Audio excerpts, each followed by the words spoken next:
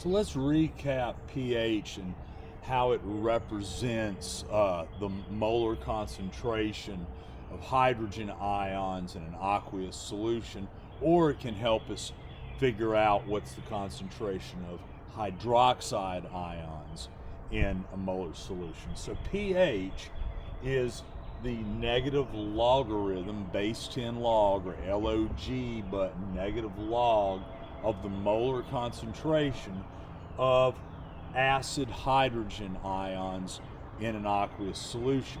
When we're dealing with strong acids like hydrochloric acid, hydrobromic acid, or hydriodic acid, generally the molar concentration of those substances is the molar concentration of the hydrogens in each one of these guys, because we assume, being a strong acid, that all of these molecules will ionize and split apart into the cations and the anions, and we're looking at the cations, the hydrogen H+, our protons. So when we find the molar concentration, which is moles of the solute in liters of solution, we take that negative log, that value, and that's the pH. So P meaning power, so it's the power value of the molar concentration.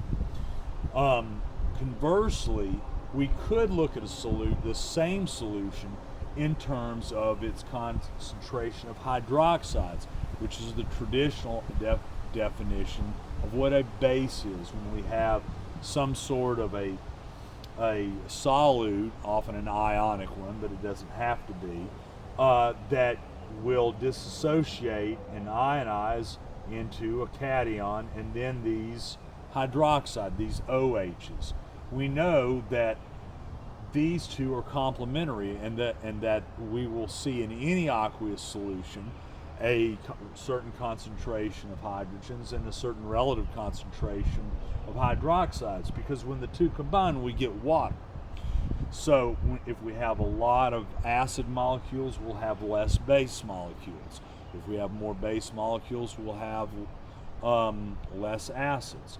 But when we combine a strong acid and a strong base, we will generally get this pattern of where the H and the OH make water, and then what's left over is the anion from the acid and the cation from the base. It makes some sort of an ionic compound. The old-fashioned term for an ionic compound is salt. Table salt is just one of thousands of substances that are salts. Magnesium chloride, magnesium sulfate, potassium chloride, sodium bromide. That's all a salt is.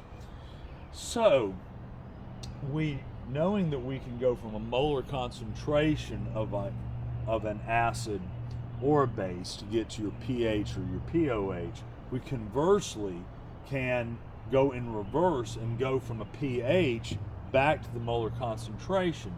So since this was a base 10 logarithm of this value, if we take the 10 as your base here and make the pH the negative exponent, this will get us back to that molar value that we started with.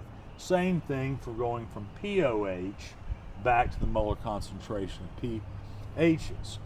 Any substance that is an aqueous solution under normal conditions will have the sum of its pH and its relative POH equaling 14. So we can use this equation all the time to go from one value to its other, to its flip. We subtract the POH, we get the pH. From this we subtract the pH, we get the POH, and so forth. So here's one example. Let's say we have a base like potassium hydroxide here, and we have a certain molar concentration. We've already got it worked out. 2.3 times 10 to the negative fifth molar concentration. What would its pH be? We can't go directly to pH, but we can go directly to POH. We take the negative log of this concentration of this base, and we get a POH of 4.6. From there we subtract it from 14, and we get the relative pH of 9.4.